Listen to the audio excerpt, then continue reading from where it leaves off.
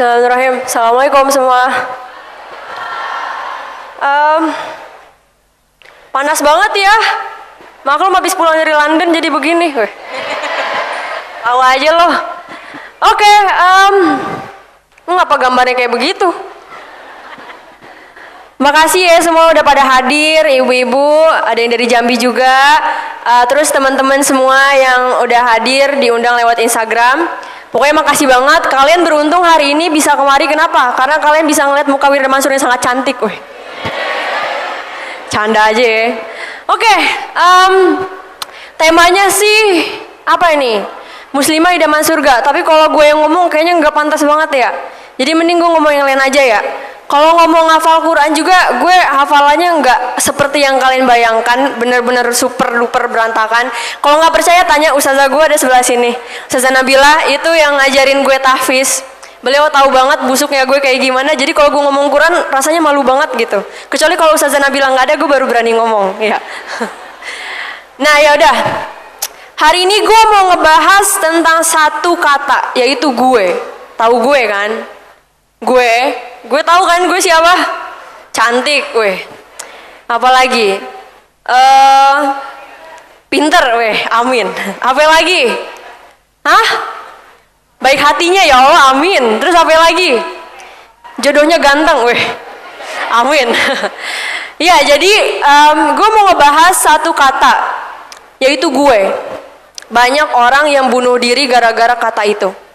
Banyak juga orang-orang yang frustasi gara-gara kata itu. Banyak juga orang yang rasanya hidup tuh nggak ada jalan keluarnya. Gara-gara apa? Gara-gara satu kata, yaitu gue. Bisa gue, bisa aku, bisa saya, bisa semuanya. Kenapa kok gue bisa bilang kayak gini?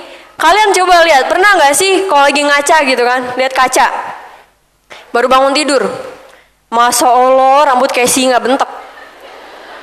Muka kayak lidah buaya. Emang lidah buaya kayak gimana? Ya, napasnya bau naga. Woi, kalau kita ngaca itu komplain aja mulu bawaannya komplain. Gue heran juga. Ada jerawat satu biji di jidat, tok gitu ya. Ya Allah, saya mending mati aja daripada punya jerawat. Buset dah. Ya kali lu. Makanya banyak orang sekarang, apalagi anak remaja, yang milih untuk bunuh diri gara-gara apa? Gara-gara kata gua. Kata gua, kata gue, kata aku, kata saya. Kenapa ya? Banyak orang remaja-remaja sekarang tuh kayak gini. Gue mau ujian, tapi gue pasti tahu nih kalau gue bakal gagal. Kalau gue gagal, ntar emak gue ngomel, ntar bapak gue ngusir gue dari rumah, ntar pokoknya banyak banget dah pikirannya gitu. Apalagi gue jelek banget, gue dihina sama teman-teman, dibilang orang jelek. Apalagi gue bodoh banget, gue diejek di kelas, dibilang anak bodoh. Kata-kata simpel seperti gue itu bisa membunuh kalian. Siapapun yang ngomong gue itu bisa ngebunuh dirinya sendiri. Tergantung guenya gue apa dulu, gue yang negatif atau gue yang positif. Gue pinter kok, gue cantik kok, gue baik hati kok. Jadi kayak gitu, paham gak? Paham kan? Kan banyak nih orang yang sering ngerasa, kok gue udah doa ya, tapi gak pernah diijabah doanya. Pernah gak? Pernah dong ya, pasti pernah. Gue doa minta rumah, tapi kok belum dikasih-kasih juga ya rumahnya? Pernah nggak kayak gitu? Mungkin nggak rumah, mungkin contoh yang lain gitu ya. Kenapa? Kok bisa ketunda? Doanya ketunda tuh kok bisa? Kenapa? Karena mungkin aja siapa tahu ketika Allah udah mempersiapkan rumah itu, di tengah jalan kita putus doa. Di tengah jalan nih kita udah doa nih dari dulu nih, set jeger doa dari ujung sono sampai ujung sini. Udah kayak Yusuf Mansur belum nih gua? Kayak Yusuf Mansur ya sekarang ya. Oke, bagus. Babe gue mah cinta sama babe gue. Kita udah doa nih. Dari Saban Ari sampai ujung Ari udah doa nih. Terus doa. Tiba-tiba di tengah jalan kita berhenti. Kenapa ya berhenti? Ngerasa Allah nggak denger. Ngerasa nggak bakal diijabah. Ngerasa kita gagal udah berdoa. Ngerasa pokoknya berkecamuk semuanya. Padahal kenapa? Padahal Allah tuh nunggu banget doa itu. Nggak ada bukan berarti nggak bakal ada, ngerti nggak? Nggak ada bukan berarti nggak bakal ada. Mungkin emang belum waktunya, mungkin emang belum saatnya, mungkin emang belum pantas kalau lu punya itu sekarang. Jadi ntar aja doa dulu gitu. Ketika Allah udah mempersiapkan rumah itu, sementara kita doa, kemudian kita berhenti dan kita bilang, oke, fix, gue capek doa. Gue capek doa, gue udah gak mau doa lagi. Allah gak denger doa gue, Allah pokoknya gak perhatian sama gue. Pokoknya bilang kayak gitu terus. Meanwhile, ternyata sebenarnya Allah tuh udah ngirim malaikatnya. Terus Allah bilang, kasih rumah buat si Wirda yang harganya 100 miliar. Buset, segede apaan tuh. Ada lapangan helikopter, ada bandara pesawat, ada apa lagi ya? Ada Dufannya di situ, ada Ancol sekalian kalau bisa, Tanjung Priuk dah, apalagi ya, Pantai Indah Kapuk sekalian. Pokoknya udah disiapin nama malaikat. Tapi Allah bilang, malaikat tahan, jangan langsung dikasih dulu. Aku mau dengar hambaku ini berdoa. Tapi ternyata apa ya, di tengah jalan kita udah nyerah duluan. Kita udah merasa nggak bisa duluan. Oke, Allah nggak dengar, gue berhenti doa. Mending gue nggak usah doa sekalian. Terus mulailah kita berpikir, kenapa yang nggak sholat dikabul doanya? Banyak banget nih kasus kayak gini nih. Gedek banget sumpah gue dengernya. Ini nggak ngeliat gue udah marah mukanya, weh. Nggak pantas gue mah cantik-cantik marah ya. Jadi kita tuh udah mulai berpikiran kayak, kenapa sih kalau yang ngaji itu jarang dikabul doanya, tapi kalau yang nggak ngaji cepet dikabul doanya? Kenapa lu ngiri sama orang kayak gitu sih? Buset dah. Orang mah ada juga ngiri sama orang yang sholat ya, yang ngaji, yang puasa, yang apa kayak gitu ya, tetek bengek gitu ya. Lah kita malah ngiri sama orang kayak gitu. Astagfirullahaladzim, assalamualaikum. Assalamualaikum. Ih Kak Oki cantik banget, gue minder ah. Tapi nggak apa-apa. Oke, setidaknya followers gue 1 juta di Instagram gue. Makasih. Tepuk tangan dulu dong. Oke, lanjut lagi ke tadi. Tadi tuh gue ngomong apa? Gue lupa kan gara-gara ngeliat mukanya Ustazah Oki. Jadi, kenapa kita harus ngiri sama orang kayak gitu? Ngerti gak sih? Banyak yang bilang sama gue gitu kan, Wir, kenapa gue udah doa, gue udah sholat, gue udah puasa, gue begini, gue begitu, tapi doa gue tuh gak dikabul. Kenapa, Wir? Jawabannya bukan apakah Allah mendengar, tapi jawabannya apakah lu udah berusaha semaksimal mungkin. Itu dia pertanyaannya. Terus kalau bilang, enggak kok gue udah usaha semaksimal mungkin iya, ikhtiar lo udah benar, apa lagi, lo udah sholat, iya, lo udah doa, iya, tapi perkataan lo itu kayak gimana? Kalau lo bilang, gue sih doa, cuman gue nggak yakin nih bakal kekabul. Gue sih udah doa, cuman gue nggak, gimana ya, gue labil nih gitu. Itu salah. Kalau kita udah mulai menginginkan sesuatu, ya harus go with it. Bilangnya dari awal apa? Gue yakin ini bakal kabul, gue yakin ini bakal berhasil, gue yakin Allah pasti ngabulin. Itu dia. Nih ibu-ibu udah pakai krim anti aging nggak? Ya udah pakai. Oh belum? Harusnya udah pakai Bu dari umur 20 tahun tuh. Gue kenapa jadi kayak beauty class gini ya? Jadi banyak ibu-ibu atau mungkin remaja-remaja sekarang yang pakai krim anti aging. Lu tahu nggak krim anti aging apaan? Hah? Kali taunya Wirda Mansur doang. Krim anti aging biar awet muda. Sebenarnya kakak-kakak semua, krim anti aging yang terbaik sedunia adalah perkataan kita sendiri. Ngerti nggak? Pas lagi ngaca, masa Allah nih kerutan banyak bener. Obatnya apa? Obat yang paling bagus adalah ucapan kita sendiri. Kayak gimana ngomongnya kalau ngaca? Kalau gue tiap bangun pagi ngaca, Masya Allah gue ngeliat bidadari. Lah serius gue mah. Lah makanya orang-orang pada bilang gue kayak bidadari. Ya karena gue tiap hari kalau ngaca, Masya Allah bidadari cakep amat ya. Makanya Bu mulai sekarang kalau ngaca bilangnya gini, Masya Allah saya muda banget. Berasa kayak 70 tahun yang lalu. Lah emang sekarang umurnya berapa? Jadi ngomongnya kayak gitu, ada jerawat, lu jelek, lu hitam, kagak ada yang namanya jelek, nggak ada yang namanya hitam. Yang ada tuh datang dari perkataan sendiri. Lu ngaca, terus ngeliat jerawat. Nggak apa-apa jerawat sebiji doang mah. Besokannya karena dibilang nggak apa-apa, numbuh 100. Enggak lah. Jadi harus bersyukur, harus mensyukuri. Mensyukuri. Jadi kayak gitu terus. Nah, ini termasuk urusan ngafal Quran, urusan sekolah di luar negeri. Kan banyak ya yang nanya sama gue, Wir gimana sih cara lo bisa sekolah di luar negeri? Ini menarik karena gue seumur hidup nggak pernah yang namanya nyari beasiswa. Karena apa? Karena gue bilang ke Allah, gue doa sama Allah, ya Allah jangan bikin saya nyari beasiswa, bikin beasiswa yang nyari saya. Keren nggak? Keren nggak? Karena selama ini apa? Gue udah mikir nih, kalau gue harus nyari beasiswa, gue kudu pinter. Gue kudu pintar, bukan berarti gue blow on, ya rada-rada sih. Ya, masalahnya gue nggak punya ijazah SMA. Gue udah lulus SMA tapi gue nggak punya ijazah SMA. Kenapa ya? Karena gue nggak sekolah formal. Terakhir gue sekolah formal itu kelas 5 SD. Dan setelah itu gue punya ijazah, cuman ijazahnya paket SD sama SMP itu paket juga. Terus selama itu pula gue nggak pernah sama sekali yang namanya belajar dunia. Matematika, IPA, IPS, apaan itu nggak mudeng gue. Tapi gue percaya sama Allah bahwa yang punya seluruh universitas di dunia ini adalah punya Allah. Mungkin menurut hitungan manusia yang bisa daftar di universitas A gitu misalkan ya, itu cuma 5% yang bisa keterima. Tapi bagi gue buat Allah 100%. Hitungan manusia emang 5%, tapi bagi Allah 100%. Maka dengan modal nekat gue bismillah, gue berdoa sama Allah, ya Allah tolong banget jangan bikin saya nyari beasiswa, bikin beasiswa yang nyari saya. Kalau perlu tuh beasiswa sampai mohon-mohon sujud sama saya. Tolong terima saya, tolong terima saya. Pan banget ya. Dan alhamdulillah itu terbukti. Tahun 2014 itu kali pertama gue sekolah di luar negeri di Jordan. Sana gue ditawarin, mau belajar bahasa Arab nggak? Ya mau lah. Kan mukanya udah muka orang Arab ya, masa nggak bisa bahasa Arab? Lama lu moloin banget.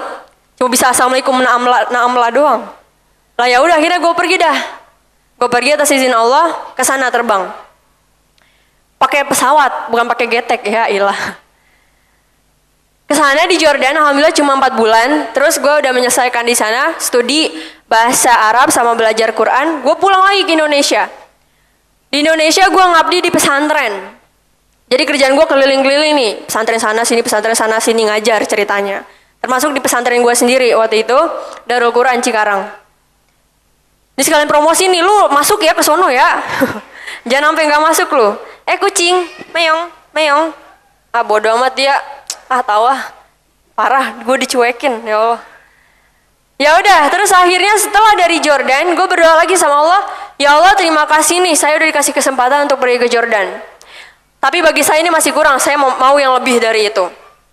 Kemudian gue berangkatlah, dapat tawaran untuk ngajar tahfiz di New York, which is di Amerika. Terima dapat tawaran itu, gue udah nggak mikir panjang lebar lagi, langsung gue terima. Oke, fix gue berangkat ke sana. Akhirnya dari New York, gue pindah ke DC, terus gue tinggal di Maryland. Di sana gue menemukan banyak hal yang bisa gue pelajari. Kan selama ini media sering jelek-jelekin Amerika ya, kayak misalkan kalau ada Muslim di sana tuh diapain gitu kan, dikatain teroris, dia apa. Sebenarnya enggak juga, di sana tuh enggak aman banget malah kalau kata gue. Cuman kalau sekarang nggak tahu ya. Dulu kan gue masih presidennya Barack Obama. Kalau sekarang kan udah Donald Trump. Cuman gue nggak tahu kalau sekarang kayak gimana situasinya. Tapi alhamdulillahnya selama gue di sana gue ketemu orang-orang baik terus dan nggak ada sama sekali namanya diintimidasi. Selesai dari sana, gue masih ngerasa kurang. Ya Allah, makasih nih hadiahnya Jordan sama Amerika. Dan gue 2 kali berturut-turut 2 kali gue ulang tahun gak di negara sendiri. Dan 2 kali pula gue ulang tahun gak sama keluarga. Terus beberapa lama kemudian gue dapat tawaran untuk sekolah di London. Mungkin kalian ada yang pernah dengar kabar kalau gue di Oxford lah, gue di mana lah, gue di segala macem lah. Ya itu benar. Jadi selama ini tuh gue doa sama Allah, ya Allah, saya pengen izinin saya menjelajahi seluruh universitas di dunia. Karena gue tahu yang punya itu siapa, makanya gue minta izin sama yang punya. Lu masuk UI nih ceritanya, lu masuk jalan-jalan doang ke UI, lu nyelonong aja. Beda sama lu izin dulu ke Allah, ya Allah, saya pengen masuk UI nih. Tolong masukin saya ke situ juga. Kalau bukan saya, ntar dah anak saya, apa kakak saya, apa adik saya gitu masukin ke sono. Beda bos, beda. Lu pergi misalkan kayak kesini ke Darul Quran, lu nyelonong aja sama minta izin sama yang punya beda. Lu kalau masuk ke rumah orang nih, nyelonong aja sama minta izin sama yang punya beda nggak? Lu kalau nyelonong aja dikira maling. Makanya lu minta izin dulu, assalamualaikum bu, permisi. Sopan nggak? Maka itu bagi gue itu berlaku untuk dimanapun gue berjelajah, dimanapun gue mendapatkan kaki gue minta izin sama yang punya. Terutama ketika gue ke Oxford dan keliling-keliling universitas di Inggris. Ngapain aja gue di sono? Jadi gue keliling-keliling, ketika gue nyampe di Inggris, gue masuk ke Oxford, ke Birmingham University, gue ke Manchester University, pokoknya gue keliling-keliling universitas ternama di Inggris. Kerjaan gue ngapain di sono? Gue datang, gue duduk, ikut kelas, gue selawatin. Ya Allah, saya pengen bikin universitas kayak gini. Kalau bisa lebih dari ini. Dan ternyata benar, Oxford yang gue bayangkan nggak seperti yang ada di depan mata gue saat itu. Kenapa? Karena gue pikir Oxford tuh cuma satu bangunan gitu loh. Maksudnya satu universitas Oxford tuh satu. Ternyata enggak. Jadi Universitas Oxford itu namanya Universitas Oxford, ya ampun, keseleo gini, maksudnya mah dari London ya. Nggak biasa bahasa Indonesia, bahasa Betawi doang biasanya. Weh. Ya ternyata di Oxford itu dibagi lagi, ada kuliah ini, kuliah itu, dan nama kuliahnya juga beda-beda nama kampusnya, jadi kayak gitu. Terus setelah gue keliling-keliling di Oxford, ketika gue masuk ke SMA biasa, SMA di Walsall, itu kayak kota kecil, terpencil, dekat Birmingham. Gue masuk sana, gue kan kelihatannya kayak bukan orang sono ya. Terus gue langsung ditanyain sama mereka, kamu dari mana? Gue bilang, tebak aja gue dari mana? Dia jawab, lu dari Cina. Buset, mata gue belum begini. Pokoknya banyak deh kenangan-kenangan selama di sana. Dan yang lebih ngenes lagi, coy, lebih ngenes lagi, ketika gue masuk SMA di sana, gue ngerasa betul-betul diintimidasi. Bukan karena gue pakai hijab, bukan karena gue muslim, bukan. Tapi apa? Karena gue bukan siapa-siapa. Ketika gue masuk kelas di sana, gue masuk kembali ke kelas 11 waktu itu. Karena nggak ada lagi kelas yang kosong, jadi gue masuk kelas 11. Terus gue bilang, hello, my name is Wirda, I'm from Indonesia, I'm bla bla bla bla bla bla bla bla bla bla bla bla. Terus tiba-tiba gurunya bilang, siapa yang mau nemenin anak ini? Dan gak ada yang ngangkat tangan. Hati gue merasa teriris. Lu nggak tahu di Indonesia gue diteriakin, Wirda lihat sini, Wirda mau foto sama lu dong. Sampai sono gue dicuekin. Nggak ada yang tahu gue siapa. Sakit hati gue. Ya udah, akhirnya kan gue enteng aja ya, nggak ada yang mau temenan sama gue, ya udah bodo amat, gue mah cuek aja. Emang gue kan orangnya cuek. Kalau nggak disenyumin nggak bakal senyum. Kalau nggak ditegur nggak bakal negor, itu gue. Makanya kan kesannya gue kayak sangar banget gitu kalau ketemu pertama kali, padahal ngablak banget kayak apaan tahu ya. Ya udah, akhirnya ketika gue udah selesai perkenalan, nggak ada yang mau temenan sama gue, nggak ada pula yang angkat tangan. Akhirnya gue milih duduk paling belakang. Gue milih duduk paling belakang, dan gue tahu cara tercepat untuk dapat temen di luar negeri itu kayak apa. Satu, tanya, lo punya Instagram? Lo punya Instagram? Oke, gue minta Instagram lo, ntar gue follow, padahal following gue 0. Terus gue catat kan, oke namanya ini, terus gue DM. Hello, it's me Wirda. Hello, it's me Wirda. Kayak gitu-gitu. Keesokan harinya gue digerbutin sama anak-anak. Lu punya 800.000 followers, buset. Kayak gitu-gitu. Akhirnya semua di sekolah itu jadi teman gue.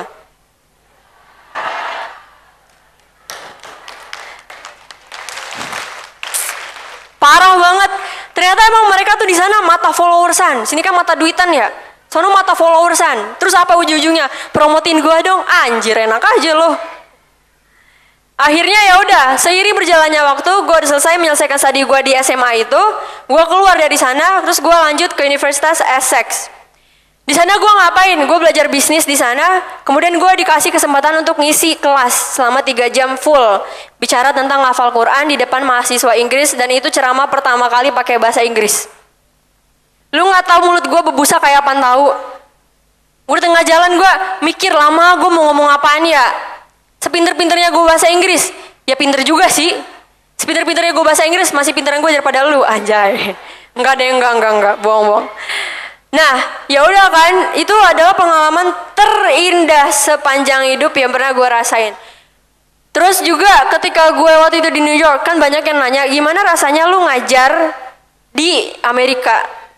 Gimana rasanya ngajar di Amerika? Pengalaman gue yang paling wow bingits, ketika gue disuruh ngisi kelas tahfiz yang anak SMA. Di sini cowok, di sini cewek.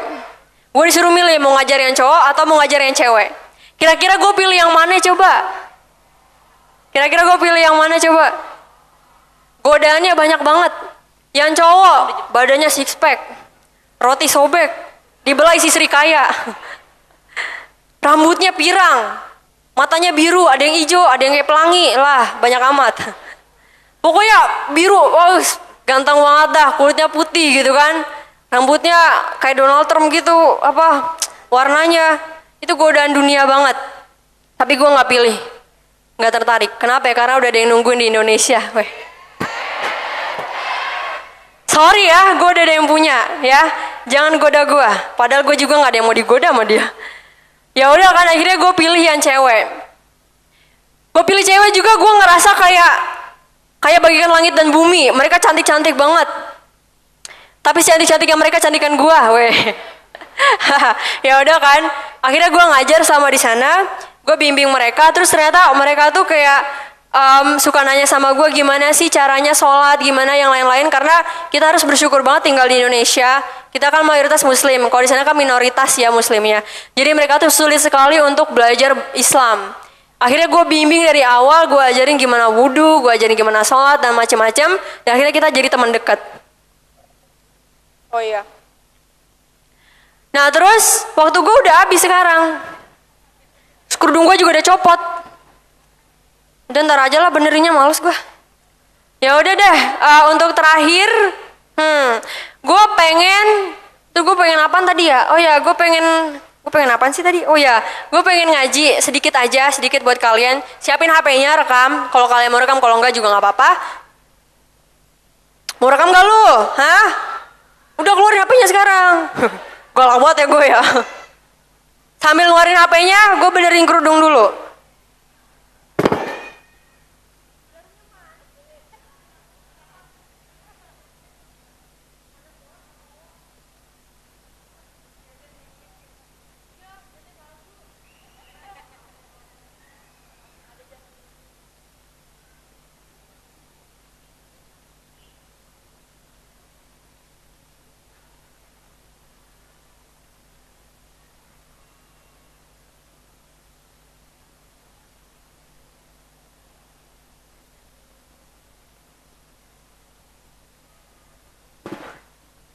Oke, udah kembali cantik. Ntar lu. Ada yang kurang. Susah amat sih ini kantong, dah. Ah, ini dia. Liatin. Liatin ya.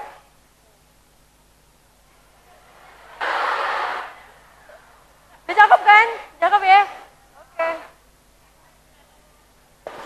Oke, let's go. Kita ngaji. Surat Al-Fatihah aja dah biar cepet ya. Yang lain apaan? Udah Fatihah aja sih, nawar lu. Oke, bismillahirrahmanirrahim. A'udzu billahi minasy syaithanir rajim. Bismillahirrahmanirrahim. Ar-Rahman 'allamal Qur'an khalaqal insana 'allamahul bayan. Asy-syamsu wal qamaru bihusban. Wan najmu wasy-syajaru yasjudan. والسماء رفعها ووضع الميزان ألا تطغوا في الميزان وأقيموا الوزن بالقسط ولا تخسروا الميزان والأرض وضعها للأنام فيها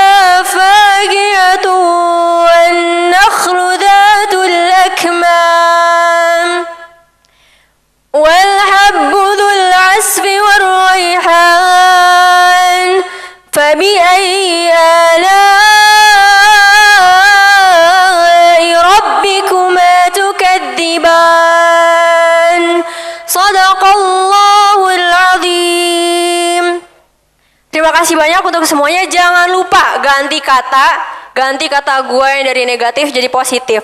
Yang kedua, gue penting banget nih harus ngomongin sama kalian. Lu tahu kan, gue pengusaha juga. Lu tahu duit gue banyak, cuma di dompet emak gue. Jadi gue hari ini gue ngadain bazar. Kan gue punya produk sendiri ya, namanya Wirda Mae. Jadi Wirda itu nama gue, of course. Mae itu nama emak gue, Mae Munah. Jadi Wirda Mae. Gue paksa kalian, gue nggak minta kalian, gue paksa kalian buat beli di sono ya. Ada diskon 0%. Ya lah sedekah dikit kenapa ya? Ya jangan lupa dibeli semuanya. Terus nanti kalau yang beli boleh foto sama gue. Yang nggak beli jangan ngarep. Yang nggak beli, lu screenshot di Instagram gue aja terus diedit jadi sebelah nama lu. Oke, terima kasih banyak semuanya. Sampai ketemu lagi. Pamit undur diri dulu. Assalamualaikum warahmatullahi wabarakatuh.